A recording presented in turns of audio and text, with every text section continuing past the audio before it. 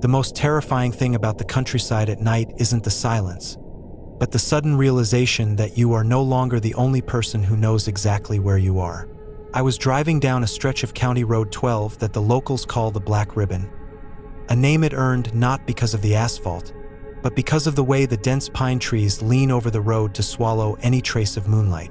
My old sedan had been humming along perfectly until a sudden, violent metal-on-metal shudder vibrated through the steering wheel, and before I could even pull over, the engine died with a finality that sent a cold shiver down my spine.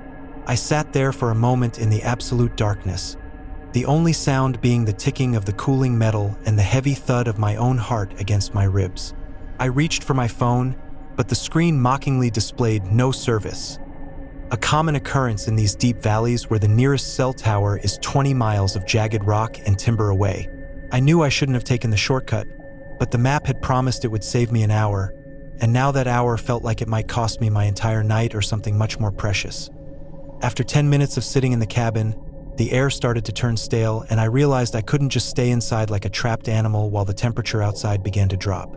I stepped out into the night air, and the silence was so heavy it felt like a physical weight pressing against my eardrums as I walked to the front of the car. I popped the hood, and a plume of bitter, acrid smoke rose up, smelling of burnt rubber and something else I couldn't quite identify, like scorched oil mixed with copper. As I waved the smoke away, I heard the faint, rhythmic sound of tires crunching on gravel somewhere in the distance behind me. I felt a momentary surge of relief, thinking that a passing motorist might have a tow rope or at least a radio to call for help in the next town. The headlights appeared as two dim, yellow orbs in my rearview mirror, swaying slightly as the vehicle navigated the potholes of the neglected road. I stood by my open hood and waved my arms, hoping to look like a person in distress rather than a target in the dark. The vehicle that pulled up wasn't a standard car, but an old, rusted tow truck with a heavy crane assembly that looked like a skeletal hand reaching out over the back. The driver didn't roll down his window immediately. Instead, he sat there with his high beams blinding me, the engine of the truck idling with a deep, guttural growl that sounded more like a predator than a machine. Finally, the light died down to a dull glow, and a man leaned out, his face obscured by the shadow of a grease-stained baseball cap. He asked me if I was having trouble, but his voice didn't have the warm, helpful tone of a neighborly local. It was flat and clinical, like he was assessing a piece of scrap metal rather than a human being. He told me his name was Silas and that he ran a private salvage yard just 3 miles up the road, offering to tow my car there so he could look at it under some proper lights. I hesitated, my gut twisting with a sudden, sharp warning, but I looked back at the miles of pitch-black forest behind me and realized I had no other choice if I didn't want to freeze in my seat. As he hooked my car to the back of his truck, I noticed that he didn't use the standard safety chains, but instead used heavy, rusted industrial cables that looked like they had been salvaged from an old mine. He told me to hop into the passenger seat of the truck, and when I opened the door, the smell of stale tobacco and old, rotting leather hit me like a physical blow. The floorboard was cluttered with various tools, but among the wrenches and hammers, I saw several discarded wallets and a pair of broken eyeglasses that looked like they had been stepped on. I tried to tell myself that he probably just found these things in the cars he towed, but the thought of why someone would leave their wallet behind in a salvage yard kept looping through my mind like a broken record. We began to move, and Silas didn't speak a word, his eyes fixed on the road ahead while his hands gripped the steering wheel so tightly his knuckles turned a ghostly white. I tried to start a conversation to break the suffocating tension, asking him how long he had lived in the area, but he only replied with short, clipped sentences that revealed nothing. We didn't turn toward the main highway like I expected. Instead, he steered the heavy truck onto a narrow, private track that was overgrown with weeds and marked with a rusted sign that simply said, "No trespassing." My heart began to race as the trees closed in even tighter, and I asked him where we were going, my voice cracking slightly with the first signs of genuine panic. He told me the yard was just over the next ridge, but as we crested the hill, I didn't see a garage or a shop. I saw a graveyard of modern, high-end cars. These weren't old junkers from the 70s. They were late-model SUVs and sedans, all of them stripped of their license plates and their interior parts, sitting like hollowed-out husks in the moonlight. The most terrifying part was that none of them looked like they had been in accidents. They looked like they had simply been stopped, just like mine, and then systematically dismantled. The truck came to a halt in the center of a circle of these metallic skeletons, and Silas turned off the engine, but he didn't get out or unlock the doors. He sat there in the sudden silence, and I could hear the heavy, slow rhythm of his breathing as he turned his head to look at me with a cold, predatory intensity. He reached into the center console and pulled out a heavy roll of industrial duct tape and a pair of bolt cutters, laying them casually on his lap as if they were everyday items for a friendly mechanic. I realized then that my car hadn't broken down by some unlucky coincidence. I remembered the small, sharp object I had seen him kick away when he first hooked up my car. He had likely planted something on the road to ensure a breakdown, a trap set for anyone foolish enough to take the shortcut. My hand moved instinctively to the door handle, but it was locked from the outside control, and Silas began to lean toward me, his shadow stretching across the cabin like a dark stain. I knew I had only seconds to act before he moved, so I didn't try to fight him directly.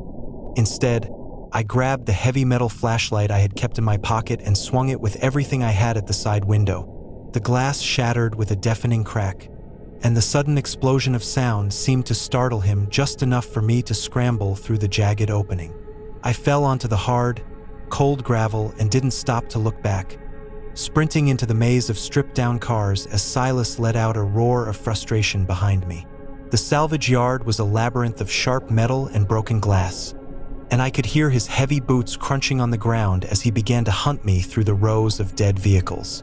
I crawled under the chassis of a large truck, my breath coming in ragged gasps that I tried to stifle with my hand, listening as he walked past my hiding spot, the metal of his bolt cutters clinking against the side of a car. He began to talk to me, his voice calm and terrifyingly low, telling me that there was no point in running because nobody even knew I was on this road. He was right, but that thought only fueled my desperation to survive, and I waited until his footsteps faded toward the far edge of the yard before I moved. I didn't head for the woods, where he would easily track me with his knowledge of the land. Instead, I circled back toward the tow truck, which he had left idling with the keys in the ignition. I stayed low to the ground, moving from shadow to shadow, my heart hammering against my ribs so hard I thought it might burst. When I reached the truck, I saw him standing near my car, his back turned as he searched the interior for my registration and ID, likely looking to see if anyone would be coming for me. I lunged into the driver's seat, slammed the door, and locked it just as he turned around with a look of pure, murderous rage on his face. He sprinted toward the truck, his hand reaching for the broken window I had crawled out of, but I shifted the heavy vehicle into gear and slammed my foot on the accelerator. The truck roared to life, the heavy cable still attached to my car snapping with a violent crack as the tow truck surged forward, leaving Silas standing in a cloud of dust and gravel. I didn't look back until I reached the main highway miles later, where I flagged down a state trooper who was patrolling the area. They later found the salvage yard, but Silas was gone, leaving behind a collection of personal effects from dozens of travelers who had never made it home. I still don't drive at night if I can help it, and I never, ever take the shortcut. I have lived on the Miller Ranch for over 6 years, and in all that time, the only thing I ever had to fear was the occasional mountain lion or a flash flood during the heavy spring rains. The property sits on the jagged edge of the national park, where the cell service dies long before you reach my driveway, and the nearest neighbor is a 30-minute trek through dense, unforgiving scrubland. Because of the isolation, I have always been meticulous about checking my perimeter fences, as a single gap in the wire can mean losing thousands of dollars in livestock to the wilderness in a single night. 2 weeks ago, I started noticing something strange during my morning rounds, small metallic glints reflecting the sun from the thick canopy of the ancient oaks that line the northern boundary of my land. At first, I dismissed it as discarded trash or perhaps a lost hiker's gear, but the feeling of being watched began to settle into the marrow of my bones, a cold prickle that didn't go away even when I was safely inside my house with the heavy deadbolts thrown. The tension reached a breaking point last Tuesday night when the wind died down to an eerie, suffocating crawl, and the usual chorus of crickets went suddenly, terrifyingly silent.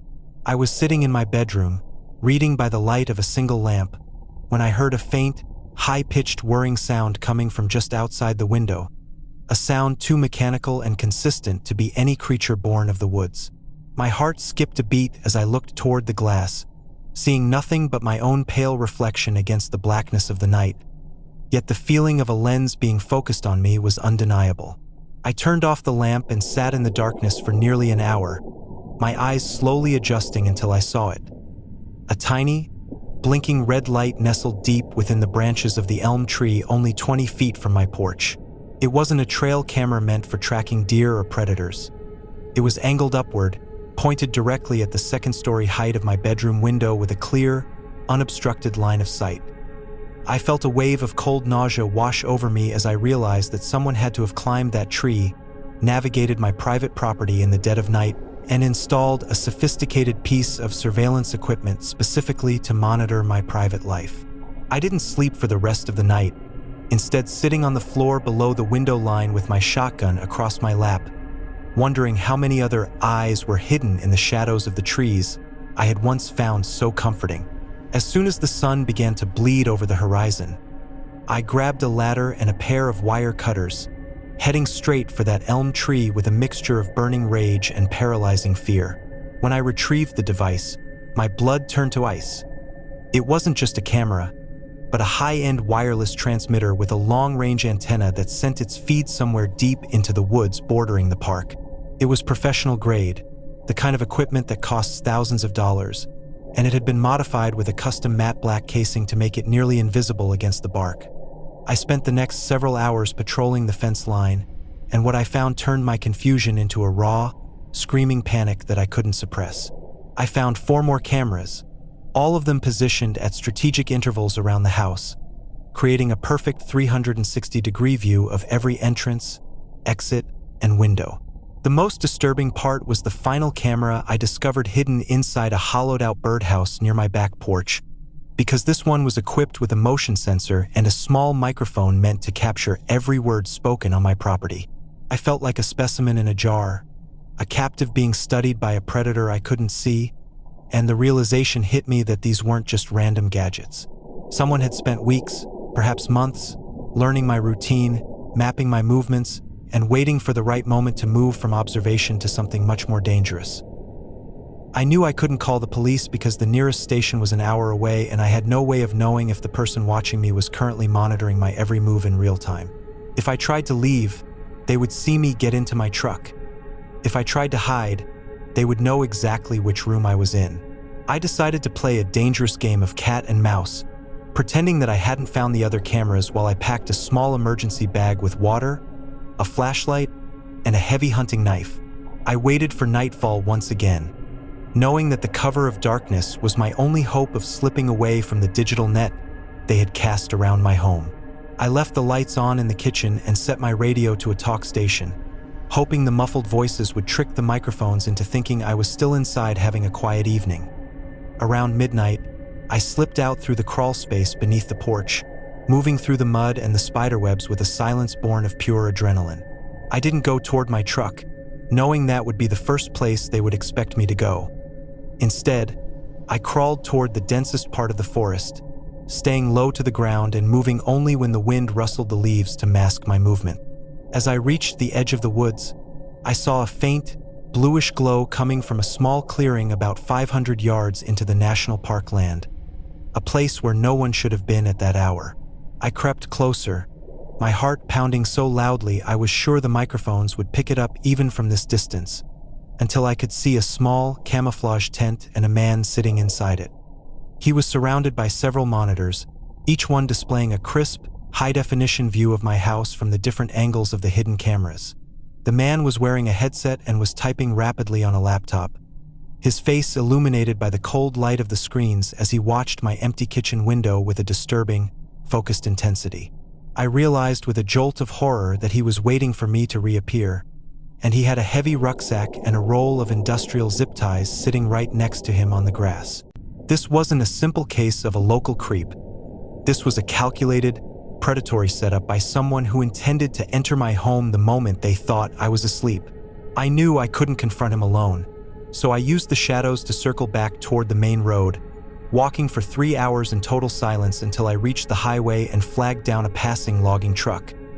When the deputies finally arrived at the clearing the next morning, the man was gone, but he had left behind a meticulously detailed log of my daily life, including my sleep patterns and the times I was most vulnerable.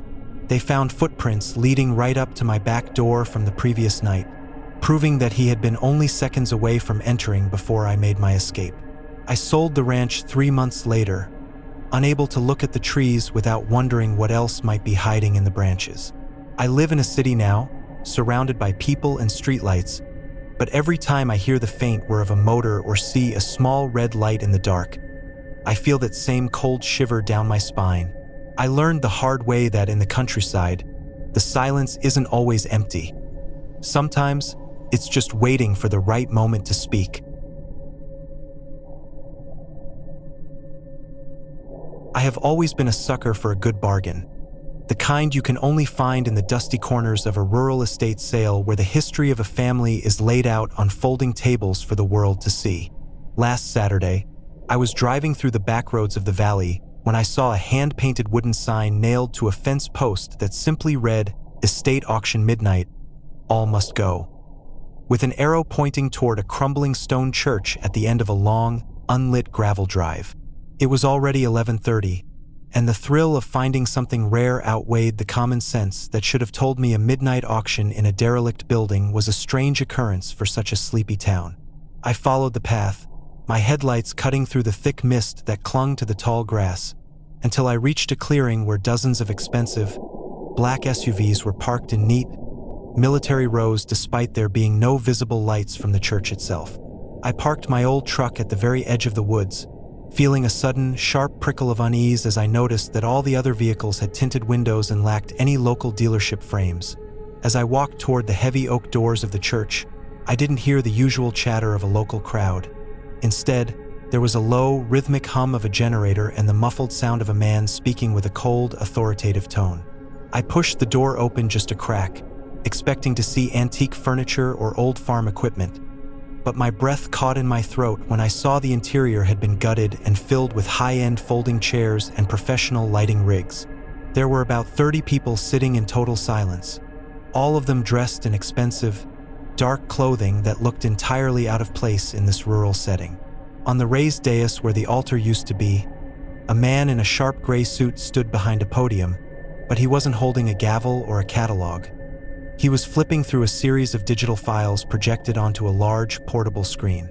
I slipped into the back row, trying to make myself as small as possible, as the man announced the next item for bid, and a chill that had nothing to do with the night air settled over my skin. The screen displayed a high-resolution photo of a modern suburban home, followed by a list of security system codes, the names of the family members living there, and a digital image of the front door key. This wasn't an estate sale for furniture. It was an auction for the digital and physical access to homes, businesses, and private lives. I watched in paralyzed horror as the people in the room began to raise their hands, bidding thousands of dollars for the rights to a family's sanctuary in a town just 2 counties over. The air in the church felt thick and oily, and I realized that I had stumbled into a marketplace for a sophisticated criminal syndicate that operated in the shadows of the countryside, far away from the prying eyes of city police. I knew I had to leave immediately, but as I began to slowly rise from my seat, the man at the podium paused and turned his gaze directly toward the back of the room where I was huddled. "We have a guest who hasn't registered a paddle," he said, his voice echoing off the stone walls with a terrifying, smooth precision that made my heart hammer against my ribs like a trapped bird. Every head in the room turned toward me at once, and for a second, the silence was so absolute that I could hear the ticking of the watch on the wrist of the man sitting next to me. I didn't wait for an explanation or a confrontation. I turned and bolted for the door, my boots thudding against the wooden floorboards as I burst out into the cold night air. I could hear the heavy doors swinging open behind me and the sound of several car engines roaring to life with a predatory growl. I didn't head for my truck, knowing that they would have blocked the long, narrow driveway within seconds, and instead, I dove into the dense, tangled undergrowth of the woods bordering the church. The forest was a maze of jagged branches and hidden sinkholes, and I could hear the searchers behind me, their high-powered flashlights cutting through the mist like white lasers. They weren't shouting or calling out to one each other. They moved with a silent, disciplined coordination that was far more terrifying than any loud pursuit. I crawled into a narrow drainage pipe that ran beneath the gravel road. My face pressed into the cold mud as I watched the beams of light pass just inches above my head. I stayed there for what felt like hours, my body shivering uncontrollably from the dampness and the raw, electric fear that they would find me and ensure I never spoke of what I had seen. I could hear the crunch of gravel as one of the SUVs drove slowly past my hiding spot, the driver pausing for a long, agonizing moment right above the pipe before finally moving on. I knew I couldn't stay in the pipe forever, so I waited until the lights of the church began to dim and the generator was switched off, plunging the clearing back into a heavy, natural darkness. I began to move through the woods parallel to the road, keeping the sound of the wind in the trees as my cover while I navigated toward a farmhouse I remembered seeing about a mile back. My hands were sliced by briars and my clothes were soaked through, but the adrenaline kept me moving until I saw the soft, yellow glow of a porch light in the distance. I didn't run straight to the house, fearing that the searchers might be watching the local roads, so I circled around the back and tapped quietly on the kitchen window. An elderly woman appeared, looking startled, but when she saw the state of my clothes and the sheer panic in my eyes, she let me in and immediately reached for her landline. The police arrived 20 minutes later, but by the time we led them back to the stone church, the clearing was completely empty and the building was as silent as a tomb. There were no SUVs, no generator, and no high-end lighting. Only a few scuff marks on the floor and the faint smell of ozone remained to prove that anyone had been there at all. The local sheriff tried to tell me that I had probably just seen a group of urban explorers or a private party, but I knew what I had seen on those screens and the cold, calculated way those people had looked at me. I moved out of the valley the following month, but I still find myself checking the locks on my doors 3 or 4 times every night.